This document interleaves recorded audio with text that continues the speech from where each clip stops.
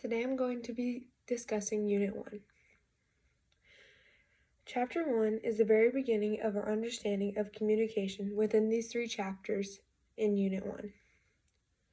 Chapter 1 defines communication as the process through which people create messages using a variety of modalities and sensory channels to convey meanings within and across contexts. Chapter 1 then goes into detail about the 3 communication models. The 3 communication models are linear, interactive, and transactional. When thinking of linear communication, you can imagine a one-way street sign. The communication is going directly from one sender to the receiver. Interactive communication mostly takes place on the internet. There is constant messages being sent and feedback at the same time, and sometimes outside noise can affect these messages.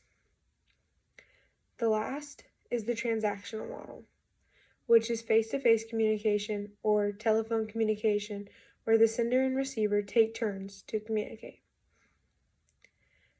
The next subject it leads on to discuss is interpersonal communication.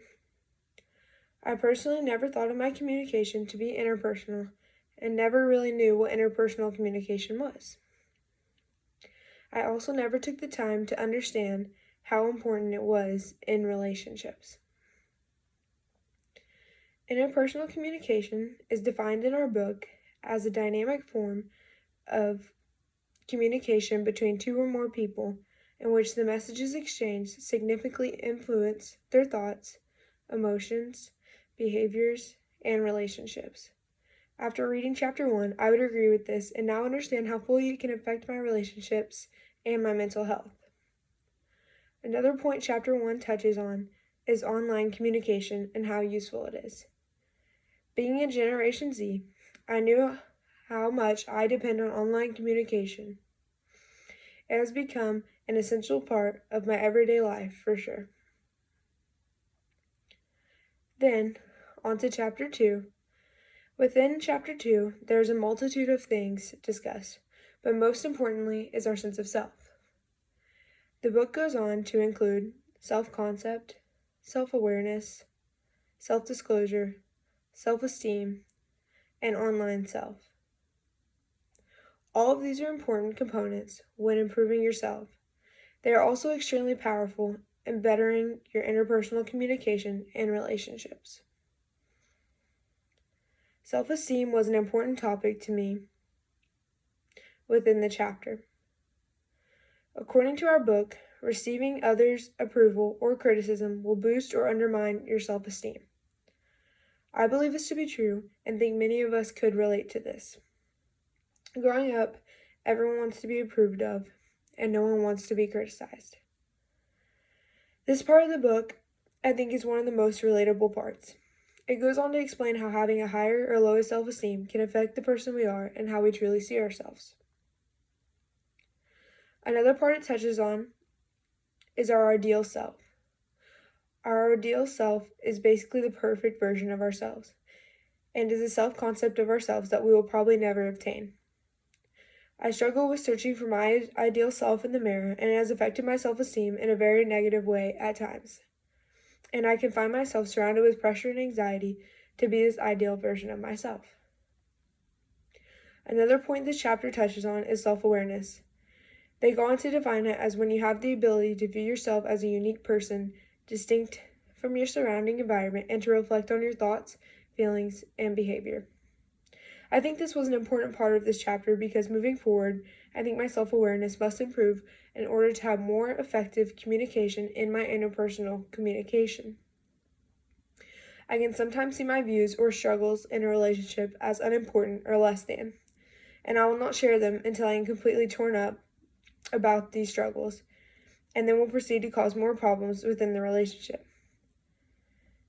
On the other hand, if I would have been confident enough to see that my thoughts were valid and admit the problems I'm having within that relationship in the first place, then there wouldn't have been as many obstacles communicating those struggles.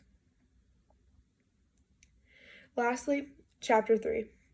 Chapter 3 really opened my eyes on different perceptions that everyone can have. This world is filled with diverse perceptions, views, and ideas. Where someone was raised can have a major effect on their perception, or maybe the values they were even taught growing up. There are a variety of things that can mold and form people's perceptions. These perceptions and views we have of people can sometimes end up being wrong. For example, let's say you see someone at the grocery store. They might look rough or strung out, like they're homeless or poor, but they walk out and get into a 2021 brand new Dodge truck. The guy is actually a very wealthy construction worker working for a very wealthy company. Your first perception is poor and helpless, and then you realize that is not a correct assumption at all. This can also be a factor when it comes to first impressions. If someone's having the worst day ever, they might come off as rude or mean, and this is now how you see them. I think personally, I've sometimes given the wrong impression at first, and it can sometimes be detrimental. And sometimes there is no way in changing a first impression because it will overall always affect the way that person thinks of you. Overall, in simple terms, perception is what helps us be aware, understand, and interpret the world around us. It helps us understand our environment. Lacking perception would make it hard for anyone to communicate. In conclusion, I wish everyone had a chance to read over this unit. I think after becoming aware of how to communicate effectively and the methods behind it, I have already improved on my communication skills. This in turn has begun to benefit my relationships as well in a positive way. This chapter has also highlighted major flaws that I have in my communication skills, but I will continue to grow and work on them throughout this semester.